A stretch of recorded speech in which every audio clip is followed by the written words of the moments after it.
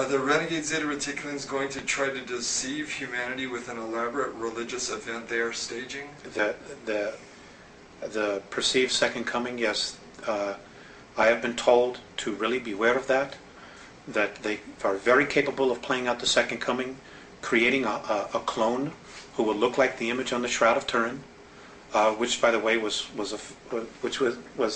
one of their deals. And this soul will have holographic imprints and information regarding all the world's religions. He won't have a soul.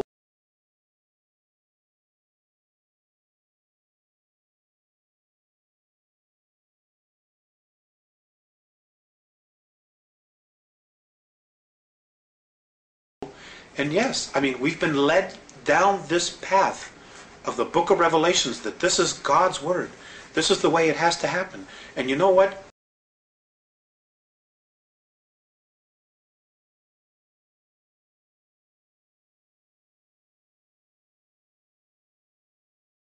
God didn't write the Bible. Man wrote the Bible. Period. ETs didn't write the Bible, but some ETs did tell those souls, those men, what to write. And we have been led down this path where we totally will succumb our free will to become subservient. And I'm not here to offend anybody, but really think about it. Really think about, you know, what we've done and what our history has been. You know, we've been to this place so many times before, and we still haven't gotten it right. You know, and we're still not going to get it right unless we do it as a race and just cut out all the crap. Period. Now, that leads me, I'm going to jump a question. Do they have control of the world media? Oh, greed does. Greed does. But a lot of the I don't know if it's them themselves. Well, the programming is being introduced, and it is mankind that is introducing it to the masses. So it's the people that are selling out, basically. That's it. It's the new priesthood. Okay. You know, that's where the responsibility lies. What would be the outcome if human beings believed that renegade Zeta Reticulans were the hope of mankind? We would know a tyranny and an enslavement that is far beyond anything we could even imagine. To put it just quite bluntly, we'll get... we'll never be free again. We'll never be free again. We will be stuck until we're rescued by an outside force. We ourselves will not be able to break free. That's the bottom line. And right now, we have an opportunity. There is a window of time for us to break free, to do it ourselves, to really make this incredible leap ourselves, so that we can have the benefit of taking responsibility for it. Now, in that passion that you talk with right there, that passion that we have, if we want to break free, should be manifested into the spirit of love? Yeah, love, that's the bottom line. It's brotherhood. It's knowing that, hey, you know, we're a race. It doesn't matter the color of our skin. We are a race. And we're being messed with in a big way.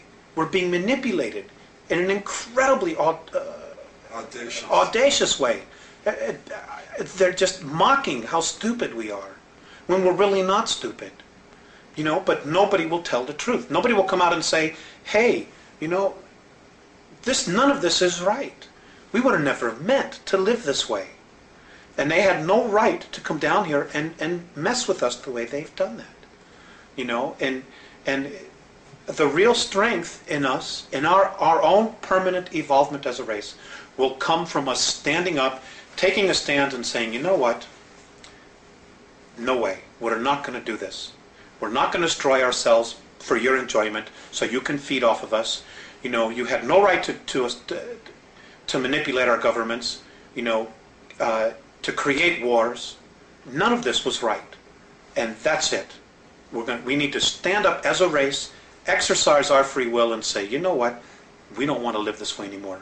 We want to create a real future where our kids will have an opportunity to be whatever they want, to live in an environment that's clean, that's free, where they can have water to drink, where they can go out and eat fruit, where they can play in the dirt without getting radioactively toxic.